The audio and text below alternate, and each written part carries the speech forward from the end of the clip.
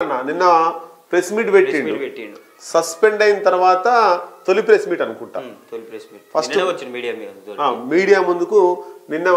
ముందుకు వచ్చిండు అయితే ఆయన ఏం చెప్తుండు మీడియా ముందుకు వచ్చేసి ఒకసారి చూడొచ్చు రేవంత్ సీఎం కావడానికి నేనే కారణం నా వల్లే కాంగ్రెస్ అధికారంలోకి ప్రశ్నిస్తున్నానే నాపై సస్పెన్షన్ కాంగ్రెస్ ను ఖతం చేసే పనిలో ముఖ్యమంత్రి ప్రధాని నరేంద్ర మోడీతో దోస్తీ అందుకే 2028లో బీసీ ముఖ్యమంత్రి లక్ష్యంగా పోరాటం మీడియా సమావేశంలో ఎమ్మెల్సీ తీన్మార్ మల్లన్న ఈ తీన్మార్ మల్లన్న ఓకే నాకు తీన్మార్ మల్లన్నకు మా జనం టీవీకి వ్యక్తిగతంగా ఎక్కడ విద్వేషాలు లేవు తీన్మార్ మల్లన్న మంచి మిత్రుడే కాకపోతే ఏంటంటే సిద్ధాంతపరంగా విభేదాలు ఉంటాయి వ్యక్తిగతంగా మంచోడే మా దృష్టిలో వ్యక్తిగతంగా ఓకే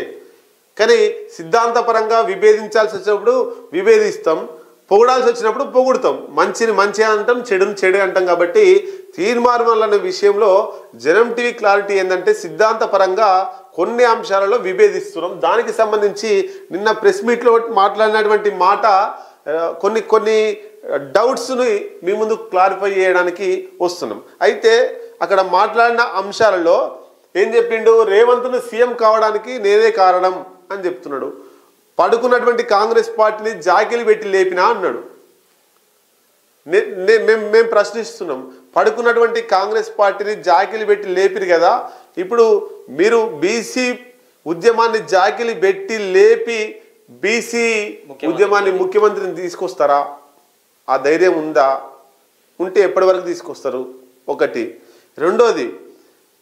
నన్ను కాంగ్రెస్ వాళ్ళు గెలిపించలేదు కాంగ్రెస్ పార్టీని ఎమ్మెల్యేనే నేను గెలిపించినా అంటున్నాడు ఎంతమందికి ప్రచారం చేసినావు మీరు ప్రచారం చేసినటువంటి దాంట్లో గెలిపించిన అంటారు కదా ఓడిపోయిన వాళ్ళు కూడా ఉన్నారు జనగామకు సంబంధించినటువంటి కొమ్మూరి ప్రతాప్ రెడ్డికి మీరు మీదేసుకొని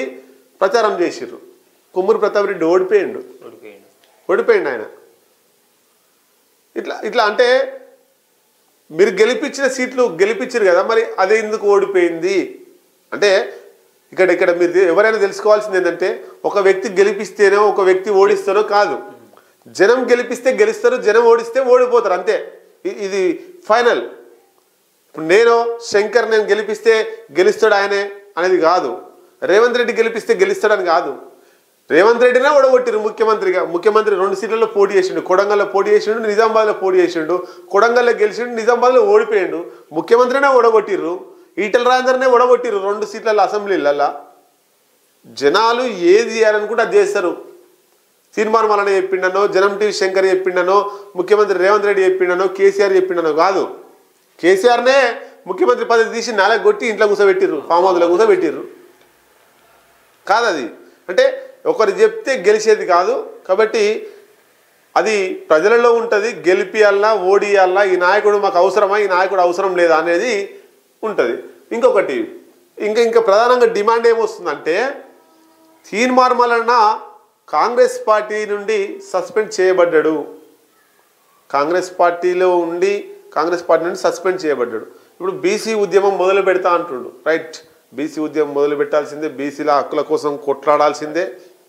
దాంట్లో ఎటువంటి ఇబ్బంది లేదు కానీ కొంతమంది రాజకీయ వర్గాల్లో జనంలో చర్చ ఏంటి అంటే తీన్మార్ మల్లన్న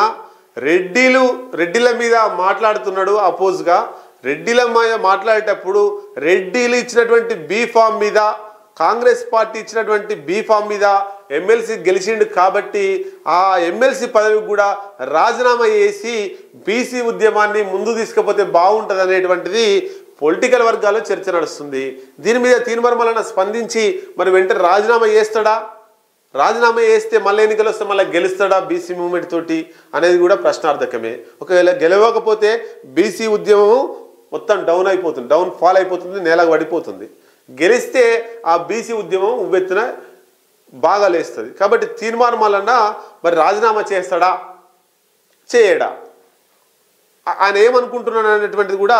ఆయన నోటి నుంచి చెప్పాల్సిన అవసరం ఉంది నిన్న ప్రెస్ మీట్ పెట్టిండు అందులో చెప్పాలి నిజంగా కాంగ్రెస్ పార్టీ రాష్ట్ర అధ్యక్షుడిగా అప్పుడు టీపీసీ అధ్యక్షుడిగా రేవంత్ రెడ్డి ఉన్నాడు బీఫామ్ ఇచ్చాడు తీన్మార్ మల్లన్న వాస్తవంగా మరి ఆ ఎమ్మెల్సీ పదవికి రాజీనామా చేస్తాడా చేయడా అనేటువంటిది కూడా నిన్న చెప్తే బాగుండేది చేస్తున్నా లేకపోతే చేయరు అని చెప్తే అయిపోతుంది కదా కాబట్టి దాని మీద క్లారిటీ ఇవ్వాల్సిన అవసరం ఉన్నది.